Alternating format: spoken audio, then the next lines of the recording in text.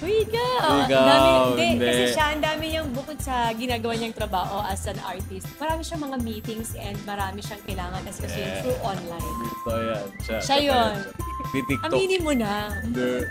Ay, ako yata. Ma-reply kasi ako sa mga, kapag example may ina-upload ako mga dance ko, tinitingnan ko kung ano yung mga reactions nila kasi nakikipag-banter ako na try nyo din, subukan nyo din. So, more on ako yung nag-read ng mga comments. Ako, paminsan. Alam mo, parang lately, mahabol siya eh. Pero hindi, alam mo, nangyari na kinailangan namin mag-adapt. Especially nung pandemic. Before that, wala talaga sa amin at tech. Pero kinailangan talaga na. Mas lalo na noong pumasok na yung mga anak namin sa school. Oo, lahat kasi kailangan online talaga online. Online na lahat. As So, in lahat. napilitan talaga siya. Ako.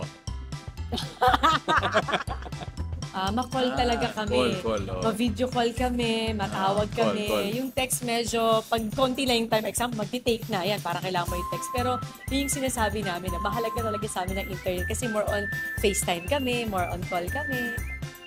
Wala. Ako, minsan nangyari na yan. Pero binabalikan mo. Nabalikan naman. Ay, pareho. Pareho yan. Lalo pag importante na. Ay, God. Sandali, parang lahat naman ng tao gano'n. Kaya nga nandito na si Dito, parang hindi na lang mangyari sa kanila yun.